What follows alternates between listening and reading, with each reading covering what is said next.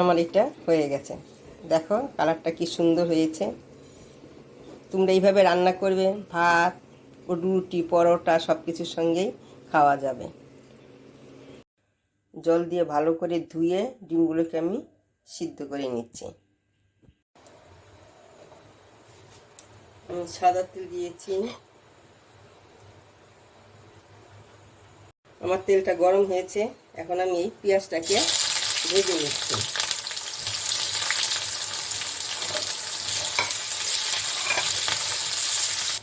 এখন এর মধ্যে আমি দিয়ে দিচ্ছি আদা,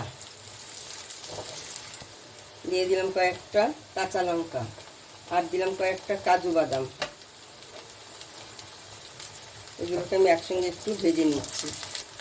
আর দিয়ে দিলাম একটা বড় সাইজের টমেটো। খুব কড়া আমি ভাজবো না। এখানে আমি দিয়ে দিচ্ছি এই যে কয়েকটা কাশ্মীরি শুকনো লঙ্কা। এই যে আর দিচ্ছি আমি গোটা ধনে, গোটা জিরে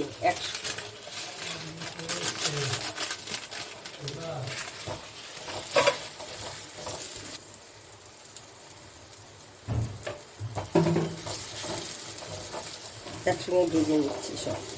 আমি এখন এগুলোকে নামিয়ে নিচ্ছি। নামিয়ে আমি মিক্সিতে পেস্ট করে নেব। এর মধ্যে দিয়ে দিলাম কয়েকটা রসুন, আগে দিতে ভুলে গেছি। এখন আমি রসুনটাকে এর সঙ্গে ভেজে নিচ্ছি। এখন আমি এখানে হলুদ দিচ্ছি অল্প।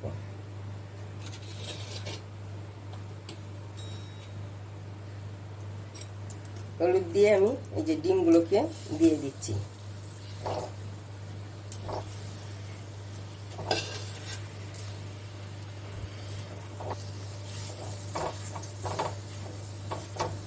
ডিমটাকে যখন সিদ্ধ করেছিলাম তখন আমি এটাকে নুন দিয়ে সিদ্ধ করেছিলাম। আমার এটা ভাজা হয়ে গেছে। এখন আমি এটাকে নামিয়ে নিচ্ছি।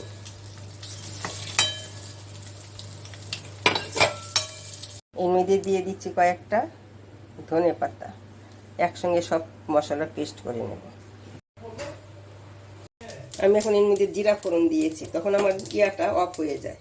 এখন এর মধ্যে আমি দিয়ে দিচ্ছি যে মশলাটা করেছি, সেই মশলাটা আমি দিয়ে দিলাম। এখন এর মধ্যে আমি হলুদ দিয়ে দিচ্ছি পরিমাণ মতো।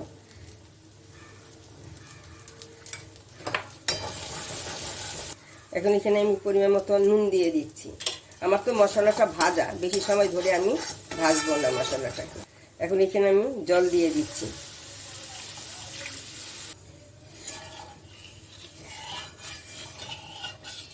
এখন এখানে আমি ডিমগুলো দিয়ে দিলাম।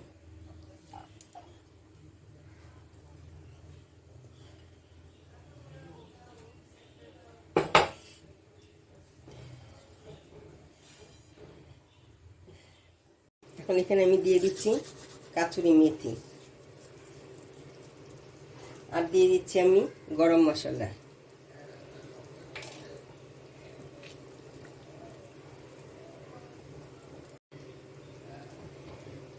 গরম মশলা দেওয়া, কাসুরি মেথি আর গরম মশলা দেওয়া হয়ে গেছে আমার। এখন এটাকে আমি নামিয়ে নেব। একটু নুনটা দেখে নিই কেমন হয়েছে।